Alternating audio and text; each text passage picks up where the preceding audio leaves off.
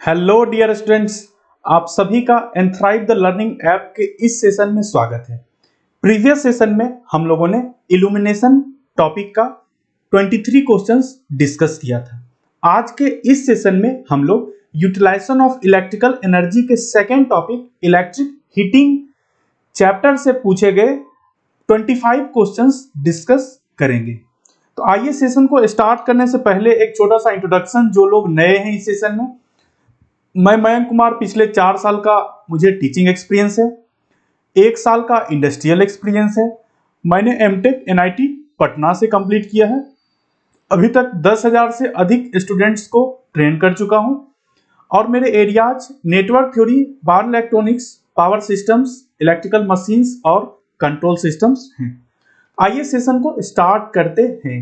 पहला क्वेश्चन आपके सामने, which of the following processes essentially needs direct current. ये कह रहा है कि इन चारों में से कौन सा ऐसा प्रोसेस है जिसके लिए डायरेक्ट करंट ही कंपलसरी है, डायरेक्ट करंट ही जरूरी है। इसमें आप एसी करंट नहीं दे सकते। तो देखिए, वेल्डिंग की अगर हम बात करते हैं तो आप जानते हैं आर्क वेल्डिंग कितने टाइप के होते हैं। तो आर्क वेल्डिंग 2 टाइप के होते हैं। कौन कौन सा? एसी आर्क वेल्डिंग और दूसरा डीसी आर्क वेल्डिंग। इसका मतलब वेल्डिंग के लिए आपको एसी से भी वेल्डिंग हो जाएगा और डीसी से भी वेल्डिंग किया जाता है। दूसरा, हीटिंग की बात करते हैं। हीटिंग का मतलब क्या है? कहीं पर एक रेजिस्टेंस प्लेस है, इससे करंट फ्लो करेगा, I²R लॉस होगा, यही हुआ हीटिंग। तो अब करंट देखो, डायरेक्ट करंट तो कांस्टेंट फ्लो करेगा, इस तरह से I² लॉस होगा, फिर वहां से हीटिंग होगा। और दूसरा, अगर हम अल्टरनेट करंट इस तरह से दें तो क्या होगा? करंट इस तरफ से आया, फिर करंट राइट डायरेक्शन से आएगा, इससे भी क्या है, इससे भी हमारा I² लॉस होगा और हीटिंग होगा। इसलिए दूसरा ऑप्शन भी सही नहीं है। तीसरा दे रखा है रेफ्रिजरेशन। रेफ्रिजरेशन यानी कहीं ठंडा करने के लिए, कूलिंग करने के लिए आप यूज करते हैं डिवाइस का। तो वहां भी आप क्या देखते हैं, वो तो अल्टरनेटिंग करंट से ही चलता है। इसलिए अब चौथे ऑप्शन पर आएंगे, इलेक्ट्रोप्लेटिंग। तो इलेक्ट्रोप्लेटिंग की अगर सर्किट आप याद करें तो इस तरह से देखिए, यहां पर सॉल्यूशंस दिए रहते हैं और यहां पर क्या होता है, 2 इलेक्ट्रोड रहता है, इलेक्ट्रोड नंबर 1 और इलेक्ट्रोड नंबर 2। ये 2 इलेक्ट्रोड यहां पर इंसर्ट किया गया है। एक को कहेंगे एनोड, दूसरे को कहेंगे कैथोड। एनोड क्या होता है? पॉजिटिव। कैथोड क्या होता है? निगेटिव। इस तरह से प्लेस किए जाते हैं। और यहां पर हम लोग फिर क्या करते हैं कि बैटरी कनेक्ट करते हैं। बैटरी का positive terminal anode, negative terminal cathode पर। और ये बैटरी हमेशा डीसी बैटरी ही कनेक्ट किया जाता है। ऐसा क्यों?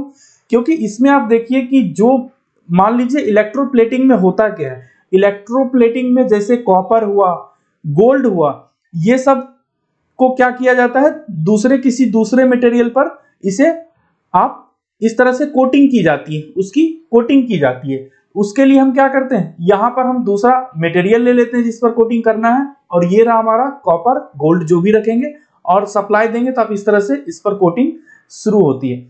आप देखे होंगे कि ज्वेलरी जो होती है, जेवर जिसे कहते हो, गहने, गहने पर क्या होता है कि कुछ लोग मान लो क्या कि किसी कारण बस वो गोल्ड की ज्वेलरी नहीं पहनना चाह रहे हैं, तो लेकिन क्या करते हैं, कोई दूसरी ज्वेलरी बनवाए और उस पर आप सुनते होंगे कि गोल्ड का उस पर क्या किया जाता है, लेयर चढ़ा लिया जाता है। तो वो प्रोसेस क्या है? वही प्रोसेस इलेक्ट्रोप्लेटिंग है और उसमें एसेंशियली आपको डीसी सप्लाई की ही जरूरत होती है। याद रखना, electroplating DC supply, EDC, E for electroplating, DC मतलब डायरेक्ट करंट। कौन सा ऑप्शन सही होगा? Electroplating. Come to next question, for arc heating. अब देखो दिया गया है अगला क्वेश्चन, आर्क हीटिंग के लिए the electrodes are made of. कह रहा है कि आर्क हीटिंग के लिए इलेक्ट्रोड किस चीज का बना हुआ होता है। तो देखिए, आर्क हीटिंग होता क्या है? आर्क हीटिंग होता है कि आप जानते हैं, जैसे आप स्टील इंडस्ट्री में जाओगे या कहीं पर जाओगे, वहां क्या होता है कि जितने तरह के मटेरियल्स होते हैं ना, पुराने मटेरियल्स, उसको लाया जाता है और आग की बहुत बड़ी भट्टी होती है, उस भट्टी में उसे डाल दिया जाता है उसे पिघलने के लिए। तो वहां पर जो भट्टी के पास जो इलेक्ट्रोड्स रहता है, यानी आर्क हीटिंग का मतलब क्या है? आर्क हीटिंग का मतलब है पॉजिटिव टर्मिनल, निगेटिव टर्मिनल, आपने हवा में करंट को फ्लो करवाया हाई वोल्टेज देकर, तो वही क्या करंट कहलाता है? आर्क कहलाता है। तो इस आर्क हीटिंग जब आप प्रोड्यूस करेंगे, जो ये इलेक्ट्रोड होगा ना, ये इलेक्ट्रोड देखो इस भट्टी का टेम्परेचर बहुत ज्यादा होता है, ये टेम्परेचर 3000 डिग्री सेल्सियस तक चला जाता है, 3000 डिग्री सेल्सियस तक चला जाता है। इस टेम्परेचर की को सहने की शक्ति जिसे होगी उसका हम यूज करेंगे। इसमें इन चारों मटेरियल्स दिए गए हैं, इसमें ग्रेफाइट 3000 डिग्री सेल्सियस टेम्परेचर को बर्दाश्त कर सकता है, इसलिए ग्रेफाइट इलेक्ट्रोड्स का यूज होता है आर्क हीटिंग। तो ग्रेफाइट अभी से अगर ध्यान में आपको आए, अब याद कर लेना कि ग्रेफाइट बहुत हाई टेम्परेचर को सस्टेन कर सकता है, उसे बर्दाश्त कर सकता है, इसलिए करेक्ट आंसर क्या होगा, ग्रेफाइट, ऑप्शन सी। अब come to next question, the power factor will be leading in case of. अब देखिए डिफरेंट हीटिंग के प्रोसेस दिए गए हैं, dielectric heating, resistance heating, induction heating, all of the above. अब कह रहा है पावर फैक्टर किसमें लीडिंग होगा। तो देखिए डाइलेक्ट्रिक हीटिंग से आप क्या समझते हो, डाइलेक्ट्रिक हीटिंग जहां भी मिले आप समझ लो कि दो प्लेट्स होंगे, एक पॉजिटिव प्लेट्स, दूसरा निगेटिव प्लेट्स, पॉजिटिव और निगेटिव प्लेट्स, इसके बीच में नॉन कंडक्टिंग मीडियम या फिर डाइलेक्ट्रिक मीडियम रहता है। और यहां पर जो डाइलेक्ट्रिक लॉस होता है जब आप इलेक्ट्रिक फील्ड अप्लाई करेंगे, तो उसी डाइलेक्ट्रिक लॉस के कारण यहां पर हीटिंग होता है इस मटेरियल का। तो जब हम डाइलेक्ट्रिक हीटिंग की बात कर रहे हैं तो यहाँ क्या बन रहा है, कैपेसिटर। तो कैपेसिटर बनते ही आप क्या समझ जाओगे, इसका पावर फैक्टर होगा लीडिंग। तो इसका आंसर कौन सा होगा, डाइलेक्ट्रिक हीटिंग। लेकिन आप क्या करोगे, डायरेक्ट नहीं पुट करके नीचे भी आइए, आप देखिए और क्या क्या ऑप्शंस दिए गए। दूसरा दिया गया है रेजिस्टेंस हीटिंग।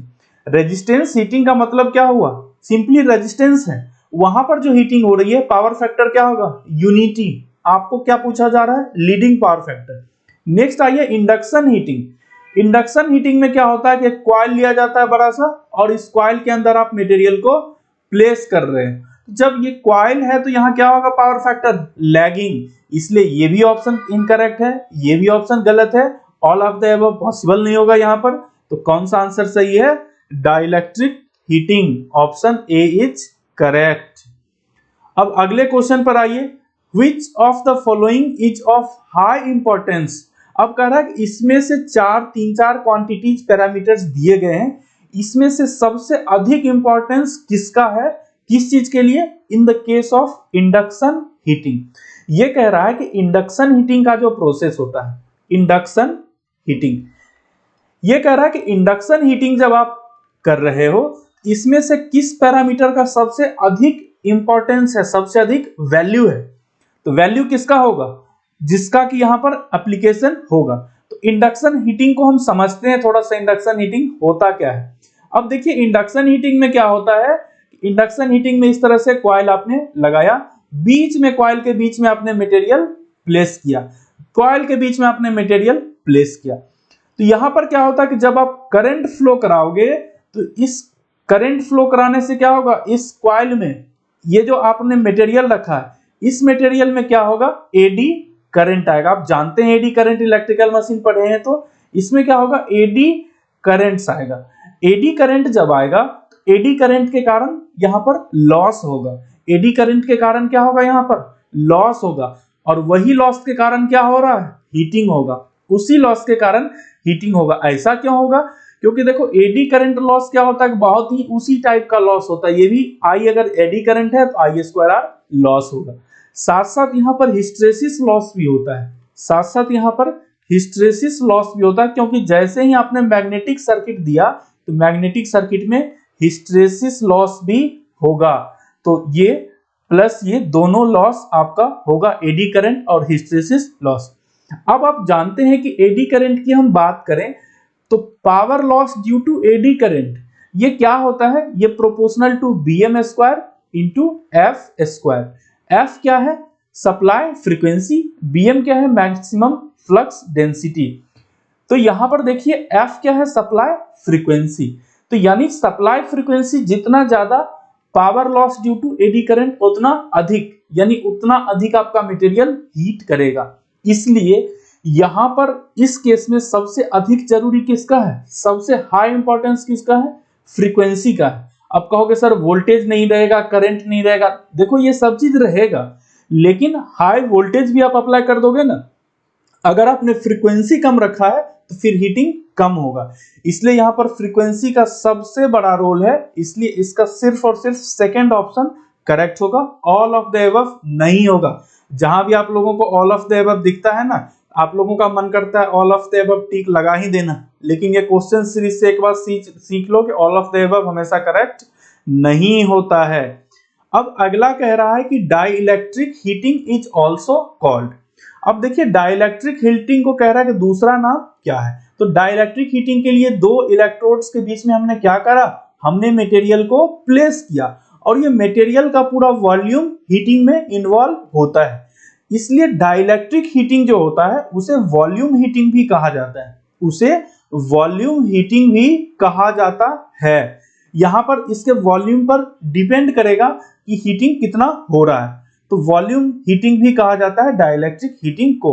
बाकी ये सब आंसर्स गलत हैं, तो कौन सा ऑप्शन सही है, डाइलेक्ट्रिक हीटिंग मतलब वॉल्यूम हीटिंग याद रखना DV, dielectric heating V for volume heating, trick is DV. तो आंसर कौन सा सही है, वॉल्यूम हीटिंग। अब कम टू नेक्स्ट क्वेश्चन, अगले क्वेश्चन पर आइए। इसमें कह रहा है कि furnaces used for cremation use, यानी फर्नेस का मतलब समझते हैं, क्रीमेशन का मतलब समझते हैं। देखो फर्नेस का मतलब सीधा सा इसका मतलब होता है भट्ठी, भट्ठी, फर्नेस का मतलब भट्ठी जहां पर आप आग लगाते हो, दैट इज कॉल्ड फर्नेस। अब क्रीमिनेशन का मतलब क्या होता है, क्रीमिनेशन का मतलब होता है शवदाह, शवदाह यानी कि डेड बॉडी जहां जलाते हो, डेड बॉडी जलाने के प्रोसेस को ही शवदाह कहा जाता है। तो कह रहा है कि जो आप देखते हो ना बिजली वाला शवदाह, आपने हर जगह देखा होगा विद्युत शवदाह घर, तो वहां पर क्या होता है कि पूछा जा रहा है कि जो भट्ठी यूज किया जाता है, जो फर्नेस यूज किया जाता है, उसमें इन चारों में से किस हीटिंग प्रोसेस को इंप्लीमेंट किया जाता है, किस हीटिंग प्रिंसिपल पर ये आर्क फर्नेस इसका फर्नेस काम करता है जो आप क्रीमेशन करते हो। तो देखो क्रीमेशन के प्रोसेस में क्या होता है कि सिंपल सा बॉडी को रख दिया जाता है, सिंपल सा बॉडी को रख दिया जाता है और इसको क्या किया जाता है, बहुत ही हाई करंट फ्लो करा दिया जाता है, इसके थ्रू बहुत ही हाई करंट फ्लो करा दिया जाता है बॉडी से, जिससे ये बॉडी बहुत ही जल्दी जल जाता है। यानी यहां पर क्या हुआ, किस हीटिंग का नाम दोगे, ये हुआ रेजिस्टेंस हीटिंग, ये हुआ रेजिस्टेंस हीटिंग। बात समझ में आ गई आपको, ये हुआ रेजिस्टेंस हीटिंग, क्लियर। तो इसका ऑप्शन कौन सा सही है, रेजिस्टेंस हीटिंग। बाद बाकी ये तीनों ऑप्शंस गलत हैं। Come to next question, the method suitable for heating of conducting medium. Conducting medium किसको कहते हैं, जहां से इलेक्ट्रिसिटी फ्लो करे उस मीडियम को कहते हैं कंडक्टिंग मीडियम। तो अब अभी हमने इंडक्शन हीटिंग को डिस्कस किया था। इंडक्शन हीटिंग में होता क्या था कि आपके पास कॉइल था, इस तरह से कॉइल आपने लपेट रखा है और इसके अंदर आपने मटेरियल दिया, तो जब आप इसके अंदर मटेरियल दोगे तो यहां पर आपने क्या देखा था, एडी करंट हो रहा है, एडी करंट फ्लो करा रहा है। एडी करंट कब फ्लो करेगा, जब ये मीडियम क्या होगा, कंडक्टिंग होगा। ये तभी फ्लो करेगा जब मीडियम कंडक्टिंग होगा।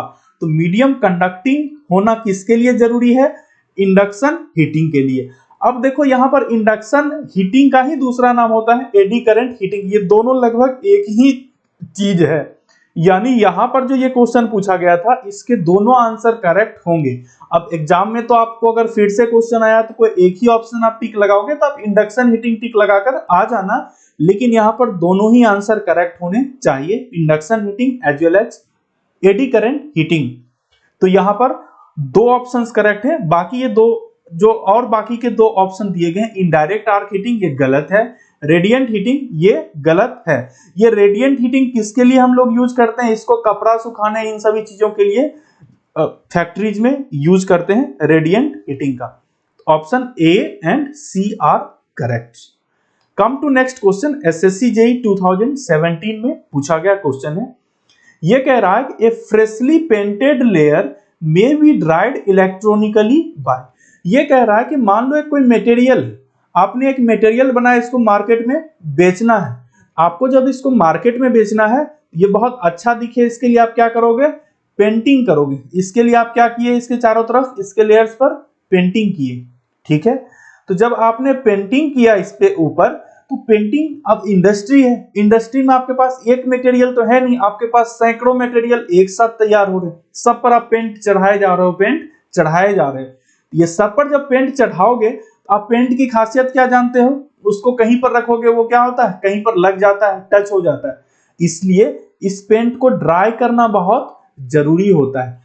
इसी को कह रहा है कि इसको ड्राई करने के लिए किस चीज का यूज करते हैं, किस हीटिंग प्रोसेस का यूज करते हैं।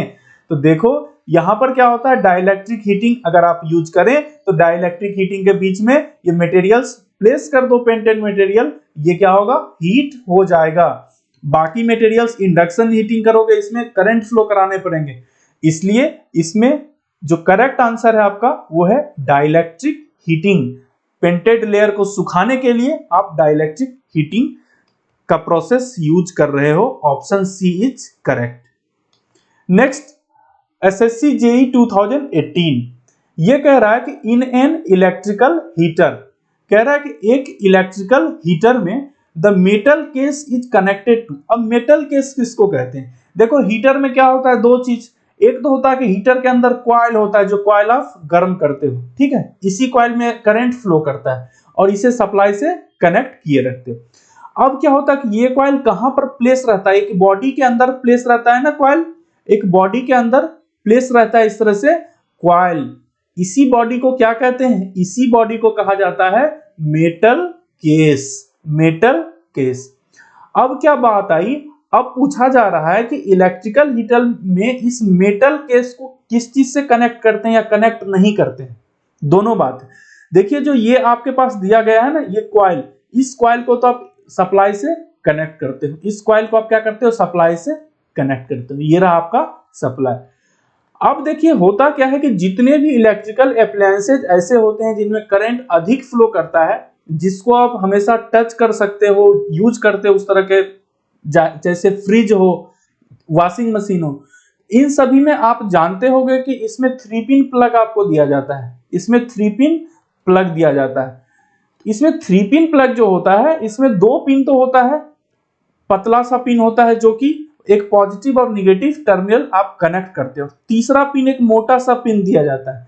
इस पिन का फंक्शन आप जानते हैं क्या होता है, इस पिन को डायरेक्ट किससे किया जाता है, आपके घर में अर्थिंग होता है, उस अर्थ से ये तीसरा पिन कनेक्टेड होता है। यानी ये जो तीसरा प्लग आपको बोर्ड में दिखता है, ये घर की अर्थिंग से कनेक्ट रहता है। तो अर्थिंग से कनेक्ट रहा तो उससे क्या होता है कि मान लो कि, और यहाँ पर ये पिन क्या रहता है, इसको इस बॉडी से कनेक्ट करके रखते हैं, यहाँ पर इसकी बॉडी यानी मेटल केस है, इससे हम कनेक्ट करके रहते हैं। इससे क्या होता है कि मान लो यहाँ पर हीटर में कोई फॉल्ट आ जाए और इसमें बहुत हेवी करंट फ्लो करने लगे, जो आदमी इस पर खाना बना रहा है उसके साथ क्या होगा, उसके साथ कोई हादसा हो सकता है।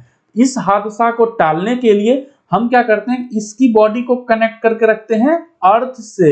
इसे जब आप अर्थ से कनेक्ट कर दोगे ना, ये कहेगा हम 200 वोल्ट का पोटेंशियल आए, अर्थ कहेगा सारे पोटेंशियल को भेजो, हम तुम्हारा पोटेंशियल जीरो कर रहे हैं। ये अर्थ क्या करेगा, पोटेंशियल जीरो कर देगा।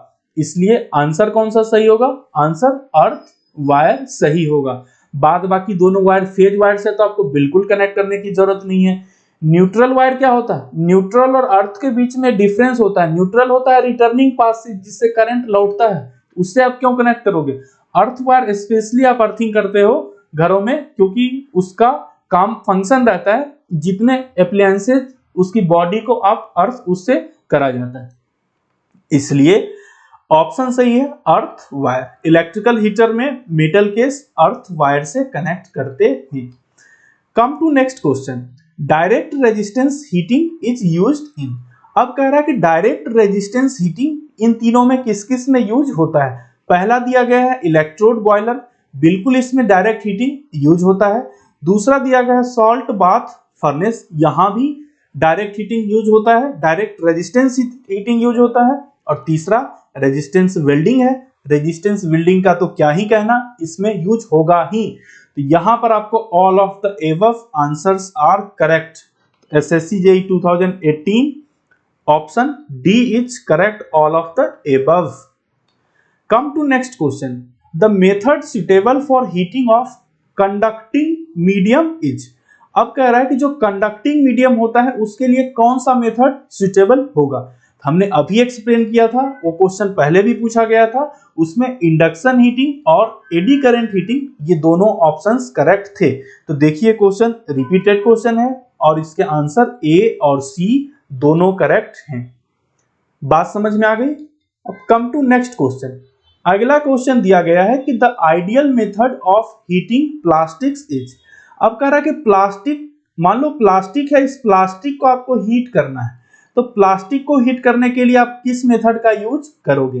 पहला दिया है कोल ऑयल फायर्ड फर्नेस, यानी कि कोयला या ऑयल से जहां पर आग लगाया जाता है उस फर्नेस में कह रहा है प्लास्टिक को गिराओ। आप ऐसा करोगे? नहीं करोगे। एक है इंडक्शन हीटिंग, तो वहां आपको करना ही नहीं है, कंडक्टिंग मीडियम का होता है। रेजिस्टेंस हीटिंग, प्लास्टिक, क्या प्लास्टिक करंट फ्लो कराएगा? नहीं कराएगा। आपके पास कौन सा हीटिंग बच रहा है? डाइलेक्ट्रिक हीटिंग, यानी आप यहां पर क्या करोगे, इलेक्ट्रोड्स प्लेस करोगे और यहां से इसे डाइलेक्ट्रिक लॉस कराएगा और इस प्लास्टिक का हीटिंग होगा।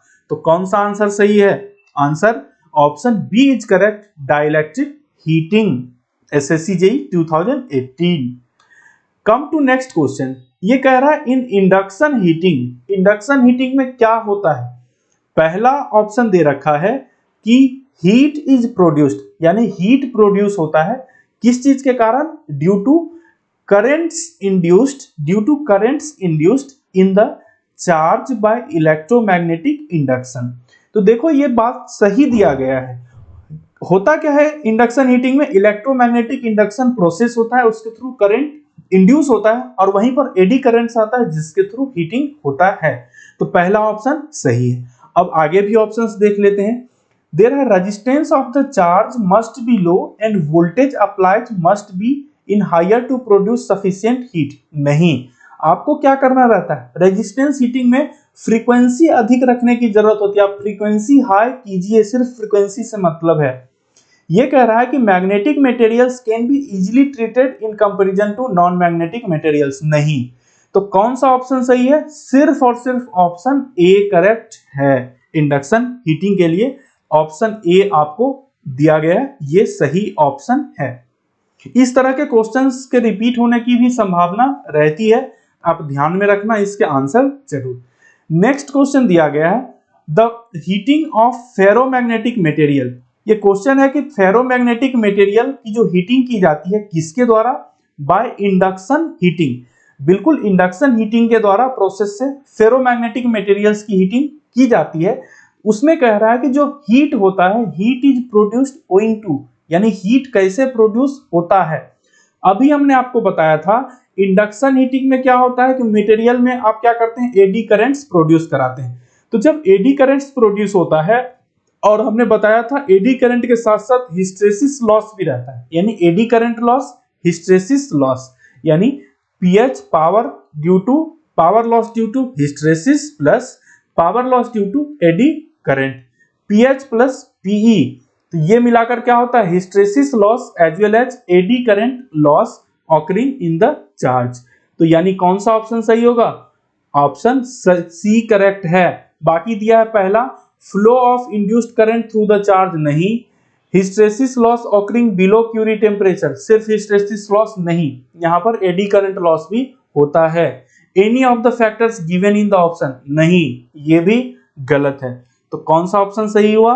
Option C is correct. अब अगले क्वेश्चन पर आइए। कह रहा है कि dash comes under the category of high frequency heating. तो हाई फ्रीक्वेंसी हीटिंग की बात हमने क्या करा था, इंडक्शन हीटिंग और रेजिस्टेंस हीटिंग, ये दोनों बिल्कुल हाई फ्रीक्वेंसी हीटिंग था। तो यहां पर कौन सा हीटिंग आएगा? Eddy current heating comes under high frequency heating, option C is correct. ये एसएससी जेईई 2019 का क्वेश्चन था। अब आइए next question. Induction heating can not be used for. ये कह रहा है कि इंडक्शन हीटिंग किसमें यूज नहीं किया जा सकता है। जो इंडक्शन हीटिंग करते हो ना, इसके थ्रू एडी करंट फ्लो कराते हैं। पहला दिया गया है ब्रेजिंग। ब्रेजिंग क्या होता है कि ब्रेजिंग का मतलब दो या दो से अधिक मेटल्स को क्या करते हैं, डिफरेंट मेटल्स को ज्वाइन करते हैं। कैसे ज्वाइन करते हैं? इसको बहुत ज्यादा हीट करते हैं, फिर इसे चिपकाते हैं। तो ब्रेजिंग का जो प्रोसेस होता है वो मेटल्स रहता है, उसको आप आसानी से इंडक्शन हीटिंग के द्वारा हीट कर सकते हैं। इसलिए पहला ऑप्शन मतलब इंडक्शन हीटिंग इसमें यूज होगा ही होगा। यहां पूछ रहा है नहीं यूज होने वाला, यानी पहला ऑप्शन गलत। दूसरा वुड ग्लूइंग। वुड ग्लूइंग क्या कहते हैं? वुड ग्लूइंग का मतलब हुआ कि जो लकड़ी होता है, मान लो कोई दो लकड़ियों को आपको जोड़ना हो, तो दो लकड़ियों को जोड़ने के लिए आप क्या करते हैं? बीच में गोंद का यूज करते हैं। आप गोंद लेते हो, उस गोंद की मदद से दो लकड़ियों को जोड़ते हो, फिर इसे सुखाते हो। तो वहां पर लकड़ी को अगर सुखाना हो, इसको आप यहां पर प्लेस करेंगे इस तरह से इंडक्शन हीटिंग में, इसके थ्रू एडी करंट फ्लो ही नहीं करेगा। इसलिए ये बिल्कुल भी इंडक्शन हीटिंग के में ये यूज नहीं, मतलब इंडक्शन हीटिंग अप्लाई यहां पर नहीं होगा वुड ग्लोइंग प्रोसेस में। नेक्स्ट है एनीलिंग ऑफ ब्रास। तो जो ब्रास मटेरियल रहता है, इस ब्रास मटेरियल को क्या करते हैं? इसे सॉफ्ट बनाने के लिए हीट किया जाता है। That process is called annealing. तो यहां पर क्या है? तो ब्रास मटेरियल भी कंडक्टिंग होता है, वहां पर आप इंडक्शन हीटिंग यूज कर सकते हैं। इसलिए ये भी ऑप्शन गलत है आपके लिए। चौथा है सरफेस हार्डनिंग ऑफ स्टील। ये कह रहा है कि स्टील मान लो मुलायम है, थोड़ा सा लचीला है, उसको बिल्कुल ज्यादा हार्ड करने के लिए उसको फिर से दोबारा हीट करेंगे, ठंडा करेंगे, तो उसमें भी स्टील क्या है? स्टील में आप बहुत आसानी से एडी करंट फ्लो करेगा। यानी आपका जो इंडक्शन हीटिंग नहीं यूज हो सकता है वो सिर्फ और सिर्फ वुड ग्लूइंग, यानी कि लकड़ी को आप गोंद से चिपकाते हो। इसका कौन सा ऑप्शन सही है? Option B is correct, wood gluing. SSC JEE 2020 का क्वेश्चन था। नेक्स्ट है which of the following is not a desirable property of good heating element। ये कह रहा है कि इनमें से कौन सा एक अच्छे हीटिंग एलिमेंट के लिए, अच्छा हीटिंग एलिमेंट क्या हुआ कि जो कि बहुत ही ज्यादा हीट का कंडक्शन वहां हो सके, तो इन चारों में से कौन सी प्रॉपर्टी उसके लिए डिजायरेबल प्रॉपर्टी नहीं है गुड हीटिंग एलिमेंट के लिए? तो देखिए, पहला दिया गया स्पेसिफिक रेसिस्टेंस, तो ये बिल्कुल हाई होना चाहिए। दूसरा दिया गया है हाई डक्टिलिटी। डक्टिलिटी हाई का मतलब क्या है? डक्ट का मतलब क्या होता है? आपका वो मटेरियल ठंडा हो सके जल्दी, तो डक्टिलिटी जितना अच्छा है, अच्छी बात है। तीसरा दिया है high temperature coefficient of resistance. Temperature coefficient of resistance क्या होता है? आप लिखते हैं R equal to R0 into 1 plus alpha delta T। यानी अगर ये अल्फा होता है टेम्परेचर कोफिशिएंट ऑफ रेजिस्टेंस, जिसका यूनिट होता है पर डिग्री सेल्सियस, अगर इसकी वैल्यू अधिक होगी तो क्या होगा? ये रेजिस्टेंस टेम्परेचर के साथ बहुत ज्यादा वेरी करेगा। जितना ज्यादा टेम्परेचर बढ़ाएंगे रेजिस्टेंस उतना वेरी करेगा, उतना बढ़ेगा। तो वो डिजायरेबल प्रॉपर्टी नहीं होता है किसी भी अच्छे हीटिंग एलिमेंट्स का कि उसका रेजिस्टेंस भागता रहे। आप गर्म किए जा रहे हो, उसका रेजिस्टेंस बढ़ जा रहा है। आपने क्या कर रहे हैं? आप करंट फ्लो कराए, आपने करंट फ्लो कराया इस मटेरियल से, आई करंट फ्लो किया, यहाँ पे आई स्क्वायर आर लॉस हुआ, इसके कारण क्या होगा? हीट निकलेगा। अब ये हीट क्या करेगा? ये हीट का मतलब टेम्परेचर बढ़ा, ये टेम्परेचर इस रेजिस्टेंस को बढ़ा देगा। जब ये रेजिस्टेंस फिर बढ़ गया तो करंट कम हो जाएगा। इसका क्या मतलब हुआ? फिर आपका करंट कम हो गया, तो वैसे में आप हीटिंग कर पाओगे नहीं। इसलिए ऑप्शन सी करेक्ट है। नेक्स्ट दिया गया है हाई मेल्टिंग टेम्परेचर। तो ये भी क्या है? ये डिजायरेबल प्रॉपर्टी है, तुरंत मेल्ट नहीं होना चाहिए। अनडिजायरेबल प्रॉपर्टी कौन सा है जो नहीं चाहिए आपको? वो है high temperature coefficient of resistance. Option C is correct, option C is correct. Come to next question. कह रहा है कि overall efficiency of dielectric heating is. ये कह रहा है कि जो डाइलेक्ट्रिक हीटिंग है ना, इसकी एफिशिएंसी क्या होती है? तो देखो, इसकी एफिशिएंसी बहुत कम होती है और ये मात्र 50% के बराबर होती है। इसलिए इसका सही ऑप्शन है डाइलेक्ट्रिक हीटिंग लेस एफिशिएंसी 50%। अब कहोगे सर ये 90% एफिशिएंसी किसका होगा? ये 90% एफिशिएंसी होता है इलेक्ट्रिक आर्क हीटिंग, यानी रेजिस्टेंस हीटिंग की अगर हम बात करें ना, तो रेजिस्टेंस हीटिंग का बहुत ही जबरदस्त एफिशिएंसी होता है। एफिशिएंसी किसका हाई होता है? एफिशिएंसी क्या होता है? आप किसी डिवाइस में जो आप इनपुट दे रहे हो, सप्लाई दे रहे हो, उसके कंपैरिजन में कितना आउटपुट मिलता है, वो होता है आउटपुट बाय इनपुट। इसे क्या कहते हैं? इसे कहते हैं एफिशिएंसी। तो ये हाई किस में होगा? रेजिस्टेंस हीटिंग में। तो वो भी क्वेश्चन आपको आगे नजर आएगा इसी सेशन में। तो 50% है overall efficiency of dielectric heating. Come to next question, which of the following statements is not true with respect to electrical heating? ये कह रहा है कि इलेक्ट्रिकल हीटिंग के लिए इनमें से कौन सा स्टेटमेंट गलत है यानी सही नहीं है। तो पहला देखिए दिया गया है, automatic protection against over current और over heating can be provided. ये कह रहा है कि अगर हम इलेक्ट्रिकल हीटिंग यूज कर रहे हैं, मान लो ये इलेक्ट्रिकल हीटिंग है, इलेक्ट्रिकल प्रोसेस, कहीं आपने वोल्टेज अप्लाई किया, रेजिस्टेंस हीटिंग कर रहे हो, कुछ भी कर रहे हो, ये कह रहा है कि अगर कहीं पर ओवर करंट हो जाता है ना, तो ओवर करंट से हमारा कोई डिवाइस डैमेज हो तो उसके लिए हम यहाँ प्रोटेक्शन सर्किट लगा सकते हैं। प्रोटेक्शन मतलब क्या? जैसे ही ओवर करंट हुआ ये सर्किट ही क्या हो, डिवाइस ऑफ कर दे, डिवाइस ऑफ कर दे। प्रोटेक्शन यही होता है ना। आपको अगर मान लो कि प्रोटेक्शन लेते हो, आप देखते हो कि कोई नेता है, वो नेता क्या करता है, उसको प्रोटेक्शन मिलता है, 2 सिक्योरिटी गार्ड उसे मिल गए एक विधायक को। अब क्या होता है कि उस विधायक को कोई पीटने के लिए आए, मारने के लिए आए, तो क्या होता है कि वो दोनों गार्ड क्या करता है, उसे प्रोटेक्ट करता है। इसी तरह से इलेक्ट्रिकल इंजीनियरिंग में भी प्रोटेक्शन इक्विपमेंट होते हैं, वो सीधे क्या करते हैं, यहां से करंट को ही बंद कर देंगे अगर करंट बढ़ने लगा तो। और over heating can be provided, यानी और दूसरा क्या होता है कि हम एक लिमिट रख दिए कि इससे ज्यादा हीटिंग नहीं होनी चाहिए। मान लो 3000 डिग्री सेल्सियस हमारा इलेक्ट्रोड सस्टेन करेगा, इससे ज्यादा हीटिंग होने लगे ना तो इसे सेंस करेगा और करंट को बंद कर देगा। इसलिए पहला ऑप्शन कह रहा है कि ये बिल्कुल सही है, यहां पर गलत वाला ऑप्शन आपको ढूंढना है।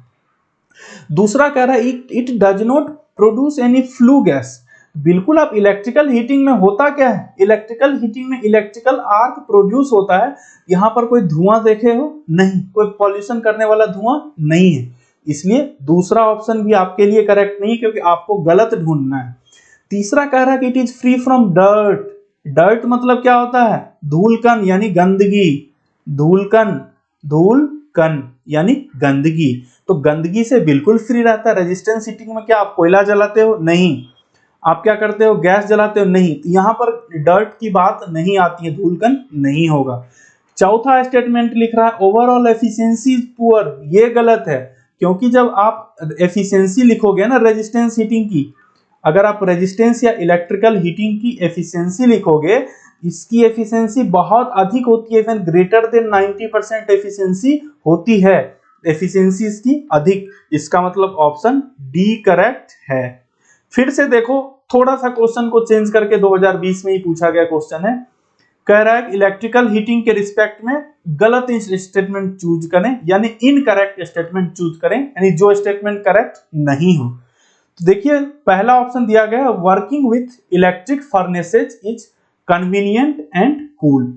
ये कह रहा है कि इलेक्ट्रिक फर्नेस यानी जो इलेक्ट्रिक वाली भट्ठी होती है ना, जिसमें आप किसी इलेक्ट्रिसिटी की मदद से यहाँ पर आग प्रोड्यूस कर रहे हैं, इसके साथ काम करना ज्यादा कन्वीनियंट, आसान होता है और कूल रहता है।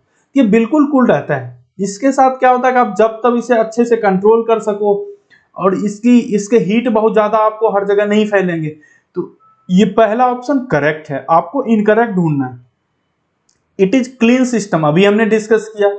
एफिशिएंसी पुअर, ये स्टेटमेंट गलत है, यानी आपके लिए करेक्ट ऑप्शन क्या होगा? सी होगा, क्योंकि एफिशिएंसी हाई होता है इसका, ग्रेटर देन 90%, मोर देन 90%। चौथा दिया है no flue gases are produce. Yes, flue gas तो प्रोड्यूस इसमें नहीं होता। तो गलत कौन सा है? ऑप्शन सी, पुअर एफिशिएंसी गलत है। अब अगले क्वेश्चन पर आइए। ये कह रहा है कि which of the following is not a desirable property in a good heating element। तो आप देखिए यहां पर चौथा ऑप्शन आपके सामने दिख रहा है, वो दिख रहा है option high temperature coefficient of resistance, यानी यही ऑप्शन आपका करेक्ट है। आपको टेम्परेचर कोफिशिएंट ऑफ रेजिस्टेंस क्या होना चाहिए? वो कम होना चाहिए, ज्यादा नहीं होना चाहिए, क्योंकि उससे रेजिस्टेंस चेंज करेगा। तो ये क्वेश्चन रिपीटेड था, थोड़ा सा एक ऑप्शन पहला चेंज किया था इसने, तो उसका ऑप्शन कौन सा यहां करेक्ट होगा? Option D is correct. ये 2021 का क्वेश्चन है। नेक्स्ट बच्चों वाला question, the total current flowing through a parallel connection of 20 ohm and 60 ohm resistance is 40 ampere. देखो कह रहा है कि दो रेजिस्टेंस हैं, एक 20 ओम है, दूसरा 60 ओम है, ये 20 ओम है, ये 60 ओम है। टोटल करंट इन दोनों के कॉम्बिनेशन, पैरेलल कॉम्बिनेशन के रेजिस्टेंस से करंट कितना फ्लो कर रहा है? 40 एम्पियर। ये करंट कितना फ्लो कर रहा है? 40 एम्पियर। बात समझ में आ गई? तो क्या कह रहा है कि 60 ओम रेजिस्टेंस के थ्रू कितना करंट फ्लो करेगा? तो 60 ओम के लिए आप कैसे निकालोगे? करंट डिवाइडर रूल आपने पढ़ा होगा। तो करंट डिवाइडर रूल क्या कहता है? आप जानते हो current is inversely proportional to resistance, यानी रेजिस्टेंस ज्यादा करंट कम, रेजिस्टेंस कम करंट ज्यादा। तो यहां पर क्या है, 20 ओम और 60 ओम में किसका रेजिस्टेंस अधिक है? 60 ओम का। तो करंट किसका कम होगा? 60 ओम का करंट कम होगा। उस करंट को डायरेक्ट कैलकुलेट अगर हम करें I60, तो ये क्या होगा? टोटल करंट 40 था। आपको क्या करना पड़ेगा? बस छोटा सा प्रयास करना है, current divider rule. Current divider rule में आप याद रखो, अगर आपको IR1 कैलकुलेट करना है R1 रेजिस्टेंस से, आप लिखोगे I इंटू अपोजिट रेजिस्टेंस यानी R2 divided by R1 plus R2। तो यहां पर क्या होगा? 40 इंटू 20 डिवाइडेड बाय 20 प्लस 60, तो ये क्या हो जाएगा? 80। यहां से हो जाएगा 10 एम्पियर। तो यहां से कौन सा ऑप्शन सही है? Option B is correct, 10 ampere. Come to next question, ये 2021 में पूछा गया है। ये कह रहा है कि एक हीटिंग एलिमेंट है, उसका एक कॉमर्शियल नेम है यूरेका, यानी यूरेका नेम से मार्केट में आप इसको खरीद सकते हैं। कॉमर्शियल नेम मतलब क्या हुआ? इसी नेम से ये अवेलेबल है, बिकता है मार्केट में। तो वो यूरेका किस चीज से बना है? तो मैं सिंपल सा ट्रिक आपको याद करा रहा हूं, ये सिंपल सा ट्रिक आप याद करो। ECN, ई क्या है? E for eureka, C for copper और N फॉर निकेल। यानी यूरेका किसका कंपोजिशन है? कॉपर और निकेल का।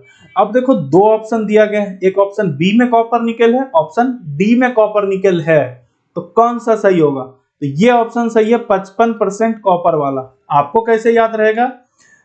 ई यूरेका, कॉपर पहले आया, एन बाद में आया, तो यानी इसका कंसंट्रेशन 55% होगा और इसका कंसंट्रेशन होगा 45%। तो आपको इस तरह से इस ट्रिक से याद रखना है इसको, ECN यूरेका, कॉपर निकेल। तो ये ऑप्शन बी इज करेक्ट।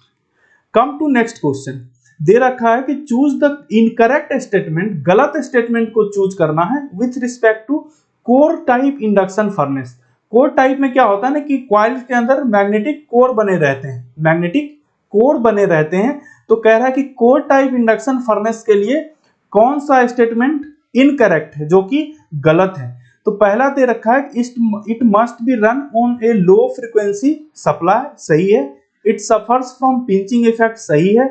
तो गलत कौन सा है? ये तीसरा दे रखा है the crucible for charge is of odd shape and is very inconvenient for tapping the molten charge, ये भी सही है।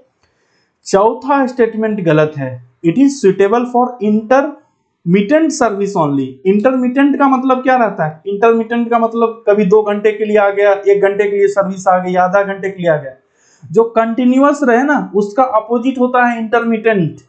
इसलिए यहां पर यह ऑप्शन गलत है, क्योंकि ये इंटरमीडिएट और कंटिन्यूअस दोनों सर्विस के लिए ही होता है, दोनों सर्विस के लिए होता है, इंटरमिटेंट प्लस कंटिन्यूअस दोनों के लिए। इसलिए यहां पर करेक्ट ऑप्शन आपका क्या होगा? Option D is correct, option D is correct. Next दे रखा है इनमें से किस टाइप के इलेक्ट्रिक हीटिंग किसके लिए कंसीडर नहीं किए जाते हैं? Is not considered as high frequency heating. High frequency heating में किसको कंसीडर नहीं किया जाता है? तो देखो जो आर्क हीटिंग होता है, यहाँ पर वोल्टेज का सिर्फ मैटर होता है, इसको कंसीडर नहीं करते। बाद बाकी ये भी ऑलमोस्ट हाई फ्रीक्वेंसी होता है, इंफ्रारेड भी होता है, इंडक्शन हीटिंग तो होता ही है और डाइलेक्ट्रिक हीटिंग तो होता ही है। तो यहाँ पर कौन सा ऑप्शन सही होगा? आर्क हीटिंग को हाई फ्रीक्वेंसी, सॉरी यहां पर देखिए आर्क हीटिंग दिया गया है, इंडक्शन हीटिंग और ये डाइलेक्ट्रिक हीटिंग है। डाइलेक्ट्रिक हीटिंग में फ्रीक्वेंसी आपको ज्यादा नहीं चाहिए होते हैं, ज्यादा नहीं चाहिए होते हैं। बाद बाकी आर्क हीटिंग में भी फ्रीक्वेंसी चाहिए अधिक, इंडक्शन में भी चाहिए। इसका करेक्ट ऑप्शन होगा डाइलेक्ट्रिक हीटिंग। जो डाइलेक्ट्रिक हीटिंग ये होता है ना, मेरे ध्यान में क्या गया था कि इंडक्शन दिया है, इंडक्शन हीटिंग का अगला नाम दे रखा होगा एडी करंट हीटिंग। तो ये सब भी गलतियां आपको अवॉइड करनी है। आप देख सकते हैं कैसे गलतियां होती है लोगों से। तो ये डाइलेक्ट्रिक हीटिंग जो होता है उसमें हाई फ्रीक्वेंसी हीटिंग कंसिडर नहीं होता है, इसलिए इसका आंसर सही है डाइलेक्ट्रिक हीटिंग, एसएससी जेईई 2021। तो आज हमने 25 क्वेश्चन डिस्कस किया और ये टॉपिक इलेक्ट्रिक हीटिंग ओवर। इसमें टोटल 25 क्वेश्चन ही अभी तक पूछे गए थे। ये टोटल 25 क्वेश्चंस इस सेशन में ही कवर हो गए। फिर आप इस सेशन को शेयर करते रहिए और नेक्स्ट सेशन में हम लोग नेक्स्ट टॉपिक डिस्कस करेंगे।